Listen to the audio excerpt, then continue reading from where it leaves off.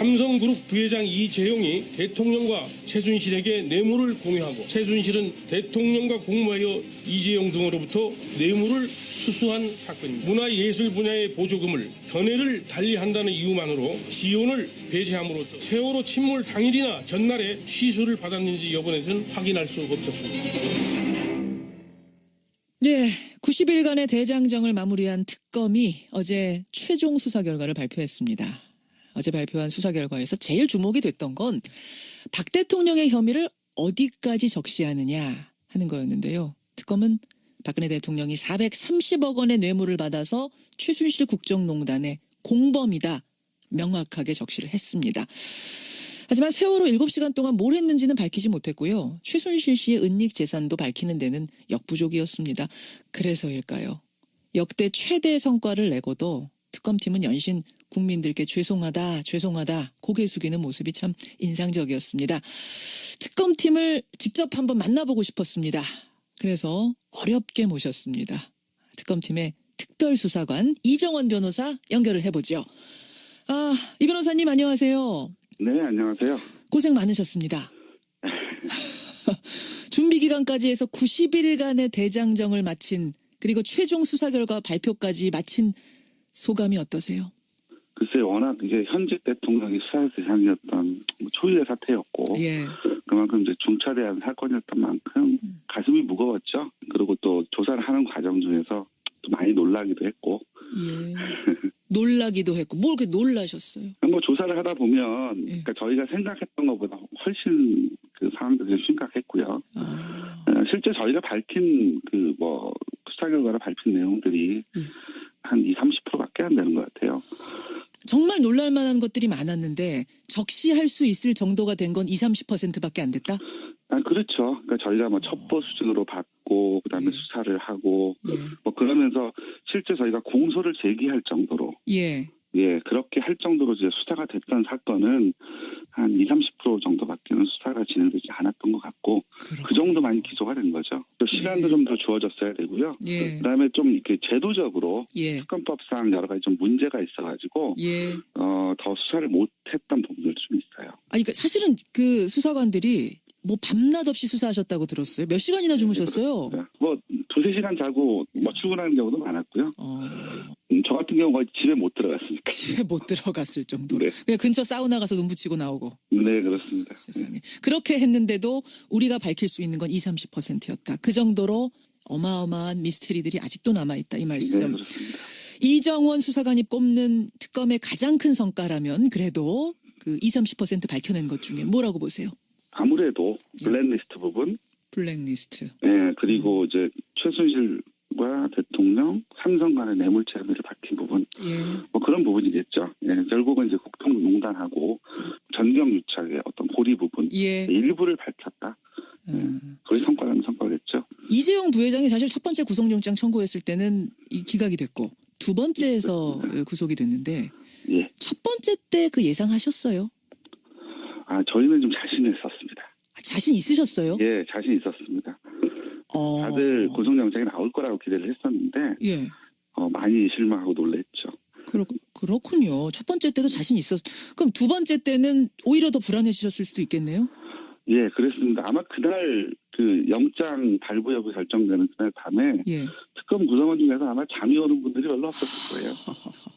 하얗게 밤을 지새면서 첫 번째 때도 자신했는데 안 됐으면 두 번째 때는 어떨까 이런 조마조마한. 예, 그렇죠.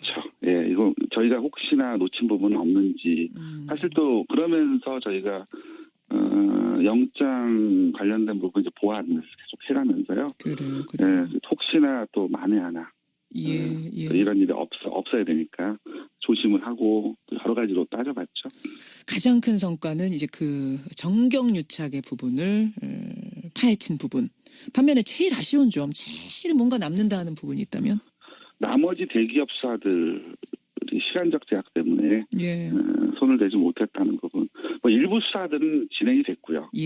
또 상당 부분 성과가 있었음에도 불구하고 기소할 만큼 저희가 밝혀내지 못한 부분이 좀 있습니다. 그렇죠. 그리고 또 우병우 수사 여기에 말씀들이 많습니다. 뭐 봐주기를 했다는 등. 그렇죠. 그런데 이제 이게 이제 아무래도 이재용 그 부회장에 대한 영장이 기각된 이후로 그거에 대한 보완 조사 재청구를 위해서 시간을 좀 많이 썼고요. 그러다 보니까 이제 그 특검 연장 여부가 불확실해지면서 카운트다운에 들어가지 않았습니까? 그랬죠.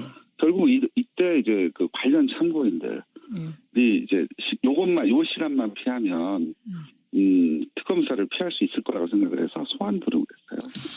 결국 이제 그 부분이 조사가 조금 미진했던 부분이 결국 영장 기각이 그게 영장 기각 사유가 되지 않았나. 그러면은 그 미적미적거리면서 끝까지 버텼던 중요 참고인들이라면 어떤 사람들이요? 결국은 이제 청와대 내부에 있었던 또 거기에 파견되었던 검사들, 실제 그 우병우 전 수석의 지시를 받고 실제 그 실행을 했던 사람들에 대한 조사가 있어야 되는데 그렇죠. 수사에 협조를 하지 않았죠. 거기엔 지금 현직 검사들도 있습니다. 결국은 우병우 전 수석의 입김이 그들에게 작용해서 끝까지 이들이 불응한 거 아니냐라는 얘기도 나오는데. 글쎄요, 뭐 저희가 거기까지 알겠습니까만은 아무래도 어쨌든 뭐 청와대 이쪽과 관련되면 협조적이지 않더라고요. 그렇고 특검 자체가 우병우 라인의 영향을 받은 건 아니냐라는 의심도 있었거든요. 내부적으로 그런 부분은 없었습니다. 그건 아니고. 더군다나 저희가 이제 특별수사관들하고 현직 검사들하고 같이 그 협력하는 체제로 운영했었기 때문에 뭐 그런 부분들이 논의될 수 있는 여지가 별로 없었습니다. 그렇군요. 그 부분에 대한 오해는 좀 서운하실 수 있겠어요. 그러면. 네, 그렇습니다. 또 하나는 이제 재산관계 수사 이 부분인데요. 일단 시간이 일단 짧았던 부분도 있고요. 그다음에 이 재산관계를 조사하기 위해서는 이제 금감원과 국세청의 협조가 절대적이에요. 절대적이죠. 예, 그렇죠. 그러니까 예를 들면 저희가 그 관련된 등기부등본을 찾고 그와 관련된 자금이 서로 어떻게 움직였는지를 확인해야 되는데 이와 관련된 자료들을 그쪽에 전부 다 거부를 했습니다. 거부할 수도 있습니까? 특검이 내놓으라는데? 받아오라고 하는데. 영장 받아오라고 하는데. 예, 영장을 받아오라고 하는데 이게 벌써 20-30년 전 이미 지난 공소시효가 다 끝난 사건들이에요. 근데 범죄 혐의를 적시할 수 없으니까 영장 발부 자체가 안 되는 사건이죠. 안 되죠. 예. 왜 그 부분이 미진했는가? 이게 좀 이해가 되네요. 특검팀 내부에서는 연장 가능성, 그러니까 황교안 권한대행이 연장 승인을 할 가능성을 얼마나 보셨어요? 별로 가능성이 없다고 봤습니다. 가능성 없다고 보셨어요? 그리고 애초에 1차 수사 계획을요. 연장이 안 되는 걸 전제로 저희가 수사 계획을 잡고 조사를 했어요. 세상에. 왜요? 그 연장 여부 결정을 황대행이 하게 돼 있는데 과연 해줄지 의문이다. 어차피 대통령이 임명한 총리인데 해줄 것인가? 그렇습니다. 결국은 저희가 현직 대통령에 대한 조사를 같이 할 수밖에 없는데 과연 그 부분에 대해서 연장을 해주겠느냐. 여기에 대해서는 사실은 좀 회의적이었고요.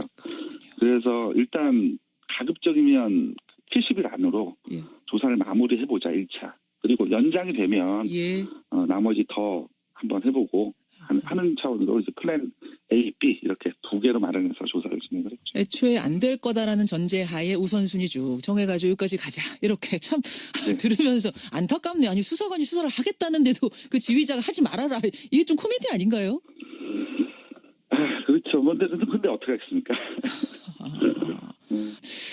또 하나는 제가 아쉬운 점은 청와대 압수수색 무산되고 대통령 대면 조사 무산된 것.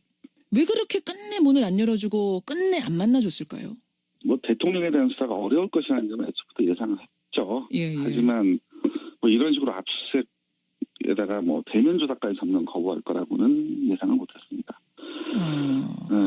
특히 대면 조사 같은 경우에는 특검에서 그 비공개로 하기로 한 거를 정보를 사전에 유출했다. 이게 이제 문제가 된 거였는데 진짜로 유출한 겁니까? 그걸 알고 있는 분이 서너 분밖에 안 돼요. 특검 내에서도. 저희 내부에서는 흘러가지 않았을 거라고 저희는 판단을 하고요. 뭐 자세한 얘기는 제가 뭐 말씀드리기는 그러네요. 결국 그러면은 뭐 시중에선 사실 그때 음모론도 있었죠. 청와대에서 흘려놓고 이걸 좀 빌미 삼아가지고 대면 조사 안 하려는 거 아니냐라는 음모론도 있었습니다만 뭐 그런 것도 알고 있습니다. 대면 조사 그렇게 해서 불발이 어쨌든 됐고요. 압수수색도 무산이 됐는데 만약 대면 조사나 압수수색이 성사가 됐더라면 지금 세월호 7시간 미스테리 못 푸셨잖아요. 네, 그렇습니다. 그거 풀렸을 거라고 보세요? 네, 그렇습니다. 청와대 압수수색은 굉장히 결정적이었어요. 민정수석실에 대한 압수수색이 있었다고 한다면 우병우에 대한 수사가 훨씬 더 탄력을 받았을 것이고요. 그다음에 그 국정농단 전반에 대한 그 어떤 그 수사가 상당 부분 아마 성과를 내거나 진척이 있었을 겁니다. 그렇군요. 그래서 그렇게 안 열어주고 안 만나주고 그랬을까요? 우선은 어쨌든 수사하면서 블랙홀이 3군데가 있었죠. 블랙홀 3군데 어딥니까? 네. 우선은 수사조차 응하지 않는 대통령. 네, 대통령. 네, 그렇죠. 그다음에 두 번째는 수사에 응하지만 계속해서 이제 뭐 진술거부권 행사하는 최순실 씨. 그리고 수사에는 항상 오셔가지고 적극적으로 진술하시는 것처럼 보이지만 이렇게 저렇게 이제 계속해서 이제 말만 돌리시는 김기춘 전 비서였죠. 세 번째 블랙홀. 아니 오기는 오는데 말을 안 미꾸라지처럼 말을 잘 안 하셨어요, 그분은? 그렇죠. 대부분 뭐 한마디 없다거나 뭐 다른 방법 되게 피폐하시는 말씀 많이 하신 걸로 알고 있습니다. 아니 그분은 청문회에서도 그러시더니 특검 가서도 그러셨네요. 근데도 어떻게 구속까지 시켰습니다. 예, 결국 이제 본인들이 진술하지 않는다고 하더라도 결국 이제 그걸 하기 위한 그 밑에서부터의 수사들이 차분히 진행됐었고요. 그와 관련돼서 특히 문체부 관계자들, 그분들이 이제 충분하게 저희가 진술을 해주셨기 때문에 그와 관련된 자료 또 진술들이 구속을 시킬 만큼 충분히 있었죠. 문체부의 자료가 문체부 분들이 워낙 적극적으로 도움을 주신 거군요. 그러니까 김기춘, 조윤선 구속에는. 그렇다고 봐야죠. 그러니까 첫 번째 저희가 이제 문체부를 2번 압수수색을 했나요? 그랬을 텐데 첫 번째 압수수색 했을 때보다 두 번째 압수수색 했을 때는 제가 내부 제보도 받았고요. 그리고 구체적으로 어떤 자료가 어디에 있다. 그것도 알려주세요. 네, 그렇습니다. 거의 기다리고 계셨어요. 그러니까 문체부 직원들도 얼마나 그동안 속이 탔으면 어서 오십시오 특검팀 이거 여기 있고 이게 중요한 거고 이거 제보하겠습니다. 네. 세상에 알겠네요. 문체부 직원들이 그동안 얼마나 고통 속에서 살았는지. 그래서 블랙리스트 수사는 김기춘, 조윤선 이 사람들이 그렇게 버텨도 구속이 가능했던. 네. 장시호 씨도 많이 도움되지 않았습니까? 그렇죠. 예. 그런데 이제 시중에서는 이제 장시호 씨가 아주 결정적인 순간에 태블릿 PC라든가 이런 부분들 협조를 해주고 했던 부분들도 있지만 실제로 뭐 장시호 씨가 이제 태블릿 PC와 관련된 부분을 이제 저희한테 자백을 하기 전까지 이제 저희가 CCTV 분석을 해서요 최순실의 마지막 주거지에 관련된 CCTV를 섭달치를 돌려보고 거기서 이제 그 물건을 들고 나가는 장시호 씨를 특정을 했고요. 그러고 나서 불러서 그 조사를 하니까 그에 대해서 이제 진술하는 과정에서 나온 거죠. 결국 이제 자발적으로 협조를 했다기보다는 저희가 추궁을 하면 그거에 대해서 이제 마지못해서 진술하는 그런 부분들이었습니다. 그러니까 장시호 씨가 아주 적극적으로 처음부터 뭐 이것도 알려주고 저것도 알려주고 그렇게 지금 세상에 알려진 거는 물론 장시호 씨 진술이라든가 이런 부분들이 수사에 도움이 많이 된 건 맞지만 그렇죠. 그렇군요. 그런 부분도. 역시 특검팀을 직접 만나니까 여러 가지 궁금증들이 좀 풀리는데 특검팀의 특별수사관 이정원 변호사 지금 만나고 있습니다. 특검 수사에서 제일 우리들이 주목했던 부분은 역시 대통령 혐의를 특검은 어디까지 볼 것인가 이 부분이었는데요. 최순실 씨 어제 공소장 보니까 박근혜 대통령 이름이 자그마치 200번 들어갑니다. 최순실이 국정농단의 공범이다. 특검은 그렇게 결론 내리신 거죠? 그렇습니다. 가장 심각한 범죄는 뭐라고 보십니까? 이런 말씀이 적절한지 모르겠지만 가장 큰 문제는 자신이 무슨 죄를 지었는지 인식 자체가 없다는 부분 아니겠습니까? 그게 어떻게 해석하면 될까요? 무슨 죄를 졌는지 인식조차 없다는 것? 일단 대통령 측에서 계속해서 탄핵 관련되는 부분이랄지 뭐 정규직 TV에 나와가지고 뭐 인터뷰를 했던 부분이랄지 근데 보면 이제 본인이 하시는 말씀들이 있잖아요. 있죠. 그걸 보면 물론 이렇게 뭐 방어하려고 하는 부분들은 충분히 이해합니다만 저희가 보기에는 그렇죠. 지금 그 현재 그 국면 그다음에 지금 현재 드러나고 있는 여러 가지 그 범죄 혐의들 그거에 대해서 과연 그 인식을 하고 계셨는지. 근데 어쨌든 저희가 이제 아직 그 기소가 되지 않은 부분이기 때문에 제가 좀 조심스럽긴 합니다. 그 부분에 대해서. 뭐 현직 대통령이니까 기소는 불가능합니다만 어쨌든 수사관들은 그러셨다. 어제 최종 수사 결과를 들은 박근혜 대통령 측은 바로 반박했습니다. 이번 특검팀은 태생부터 위헌이다. 일부 야당의 추천만으로 구성된 전형적인 정치적 특검으로 출발선부터 공정성이 담보되기가 어려운 상황이었다. 어제 수사 결과 전면 부정. 어떻게 답하시겠습니까? 여야 합의로 특검법이 통과된 걸로 알고 있고요. 예. 그거에 따라서 그 절차에 따라서 대통령이 직접 박영수 특검을 임명하셨죠. 그런데 태생적으로 위헌이라고 하시면 저희가 거기에 대해 뭐라고 말씀을 드릴까요? 좀 서운하시겠어요. 그 말 들으면서. 예, 근데 조사하는 과정 안에서 서운한 부분이 한두 가지가 아니었기 때문에. 황당한 소설이라는 얘기도 어제 유영하 변호사가 했는데 오히려 그 말씀을 듣고 좀 황당하진 않으셨습니까? 이제 기소가 됐으니까 예. 재판이 벌어질 것이고요. 재판하는 과정 안에서 또 많은 자료가 드러날 겁니다. 최순실 씨 이제 지금 예. 대통령이 기소된 건 아니고요. 네, 그렇습니다. 예, 여러분들이 기소가 됐고 기소된 과정 안에서 예. 실제 어떤 일이 있었고 저희가 어떤 증거를 가지고 기소를 했는지 하는 부분들이 재판을 통해서 또 드러날 것이고 보시면 그걸 이제 보시면 충분히 국민 여러분도 판단하실 수 있을 거라고 생각합니다. 삼성동 사저 구입한 것하고 그 의상비 지금까지 쭉 의상비를 다 최순실 씨 측에서 대왔다.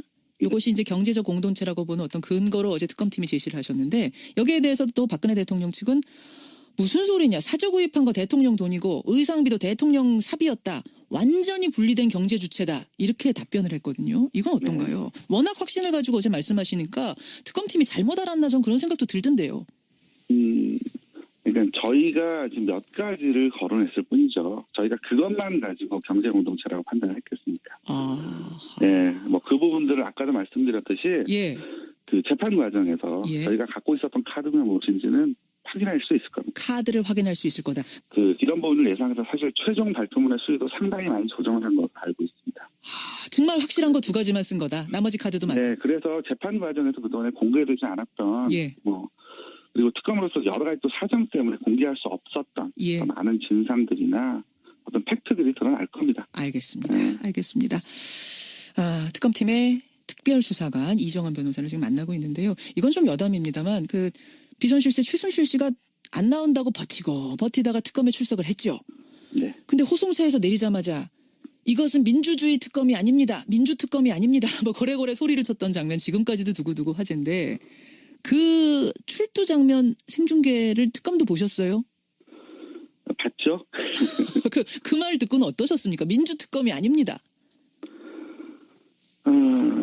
이게 국민적 관심을 받는 사건이다 보니까 거의 특검은 형사소송법 교과서 옆에서 끼고 수사했습니다. 혹시나 흠이라도 잡힐까 봐요. 야. 네, 그러니까 그런 식으로 말하니까 이제 당황스럽기도 하고 황당하기도 하고. 네. 최순실 씨. 아까 블랙홀 3명 중에 1명이라고 지목을 하셨는데 하여튼 고생 많이 하셨고요. 이제 공은 검찰로 넘어갔습니다. 검찰에 꼭 당부하고 싶으신 점. 이것만은 꼭 잘 밝혀달라, 신경 써달라, 전하고 싶은 부분이 있다면? 우선 검찰에게는 우병우, 그다음에 나머지 기업 수사에 대한 대기업에 대한 수사가 아직 목으로 남아 있습니다. 그렇죠? 예. 탄핵 결정 이후에 대통령에 대한 나머지 수사도 아직 남아 있는 상태고요. 우병우 전 수석이 검찰 고위 관계자들하고 이제 수시로 통화했다는 내용도 사실로 드러났습니다. 예. 그렇다면 이제 검찰이 환부를 도려낸다는 심정으로 수사에 임해야겠죠. 예. 이 부분은 능력의 문제가 아니고 의지의 문제라고 생각을 합니다. 의지의 문제다. 네. 결국 특검에 파견된 검사들 모두 검찰에서 파견된 분들 아닙니까? 물론이죠. 그 말을 다시 해석하자면 의지만 있다면 지금 우병우 전 수석에 대한 구속, 기소는 충분히 될 정도가 된다. 그렇게 판단한다는 말씀. 네, 그렇습니다. 그렇군요. 대통령 탄핵 물론 아직 여부를 모릅니다만 혹시라도 대통령이 탄핵이 인용된다면 헌재에서 대통령도 기소되기에 충분합니까? 그럼요. 저희가 그래서 피의자로 적시를 했고요. 네. 자연인이 되면 바로 구속 수사해야 된다고 보세요? 그게 정도라고 봅니다. 끝으로 정말 응원 많이 하셨어요. 국민들이 그거 알고 계시죠? 네, 알고 있습니다. 국민들께 한 말씀 해주신다면요. 이재용 부회장에 대한 영장 청구가 이제 기각이 됐을 때 특검 내부에서 말들이 많았어요. 분위기도 많이 가라앉았었고. 근데 그날 이제 오후에 보니까 사무실 앞에 이제 꽃바구니 와 있고요. 맞아요. 그다음에 포스트잇 메모도 붙어 있고. 응원 포스트잇. 예. 예. 저희들끼리 그 사진 찍어서 돌려보면서 예. 힘내자. 실망시킬 수 없다. 어쨌건 이 자리 빌어서 특검을 응원해 주신 국민 여러분께는 진심으로 감사드립니다. 힘들 때마다 결국 힘이 된 건 국민이었네요. 그렇죠. 참. 고생 많이 하셨습니다. 고생 많이 하셨고요. 좀 아쉽게 끝이 나긴 했습니다. 시간만 좀 더 있었으면 하는 아쉬움은 있습니다만 주어진 시간 안에서 최선을 다해서 밤잠 줄여가면서 노력해 주신 것 다시 한번 감사 인사 드리겠습니다. 예. 감사합니다. 고맙습니다. 네, 고맙습니다. 예. 제가 정식 명칭 한번 불러보죠. 박근혜 정부의 최순실 등 민간인에 의한 국정농단 의혹 사건 규명을 위한 특별검사 팀의 특별수사관 이정원 변호사였습니다.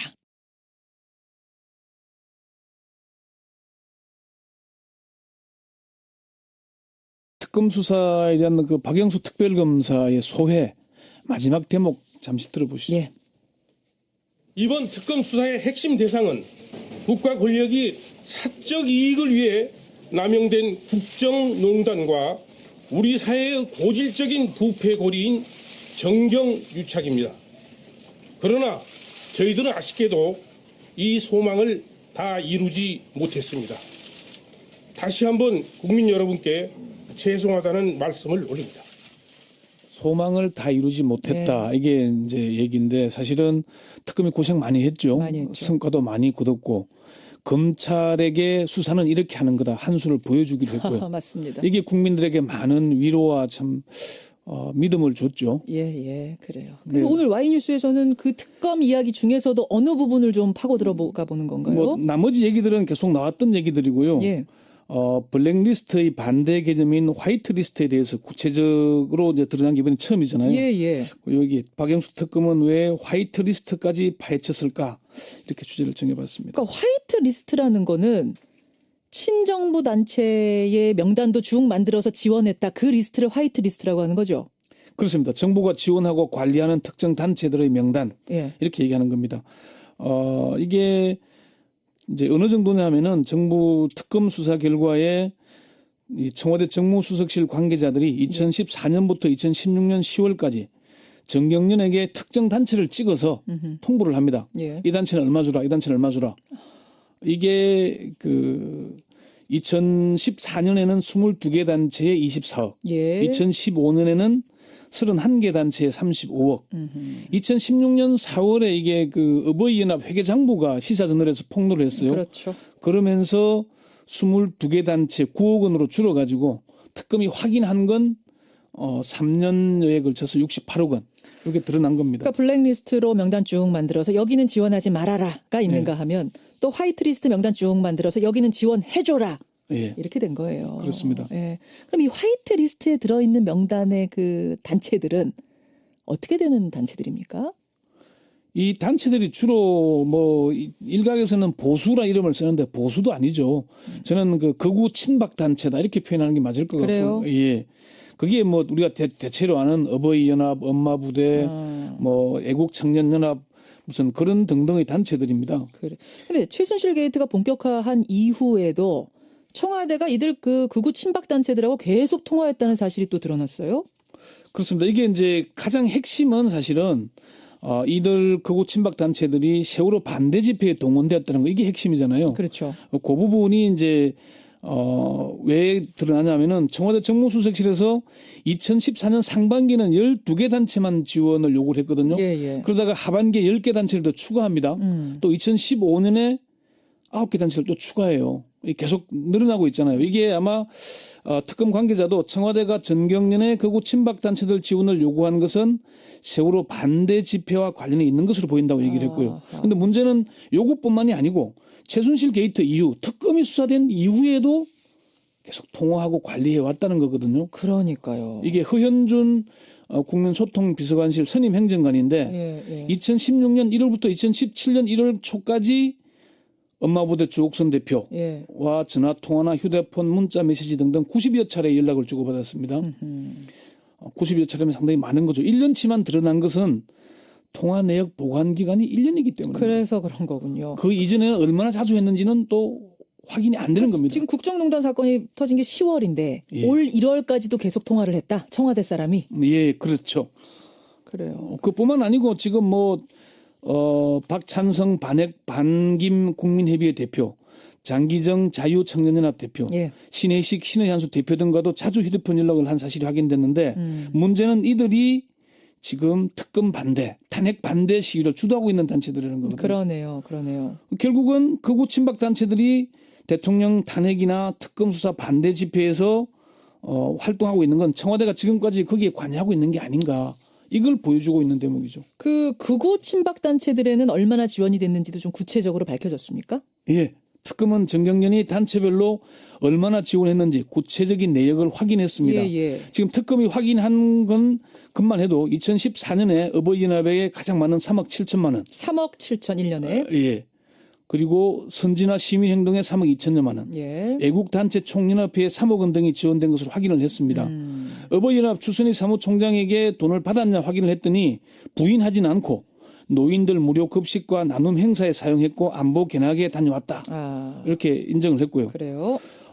특검과 정경련 검찰 등에 따르면은 특검은 정경련과 청와대 관계자들에 대한 수사에서 단체별 구체적인 지원 금액을 상세하게 파악을 해서 예. 검찰에게 자료들을 모두 넘겼다고 합니다. 그러니까 청와대가 네. 민간 단체인 정경련에 이렇게 지시를 하는 것 자체가 일단 불법 아닌가요? 그렇습니다. 특검에서는 청와대가 정경련에 대해 정경련이 일단 민간 단체잖아요. 그렇죠. 사단법인이니까. 그럼요.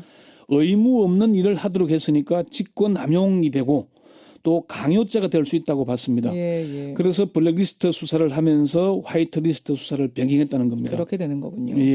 예, 그렇지만 정경련과 이 극우 단체들을 직접 접촉한 허현준 선임행정관은 입건조차 하지 못했습니다. 입건조차 하지 못했다? 그렇습니다. 왜요? 허현준 선임행정관이 주로 이 극우 단체들하고 연락도 하고 정경련에게 연락을 했는데 예. 화이트리스트가 특검의 수사 대상으로 분류되어 있지 않기 때문입니다. 특검은 할 수 있는 게 딱 정해져 있으니까. 예, 14가지가 정해져 있는데 그렇군요. 특검의 한 핵심 관계자는 허현준은 아직 입건조차 못했다. 예. 특검법 수사 대상인지 논란이 될 수 있어서 입건하지 않고 검찰의 수사 기록을 모두 넘겼다. 이렇게 얘기를 했습니다. 허 행정관이 왜 지난해 1월 26일 특검에 소환됐지만 소환에 불응했잖아요. 불응했습니다. 이게 허 행정관에 속한 정무수석실 산하 국민소통 비서관실이 블랙리스트를 만든 곳입니다. 허 행정관은 어버이연합을 부추겨서 관제 시위를 하도록 한 혐의로 이미 검찰에 고발돼서 조사를 받은 적도 있습니다.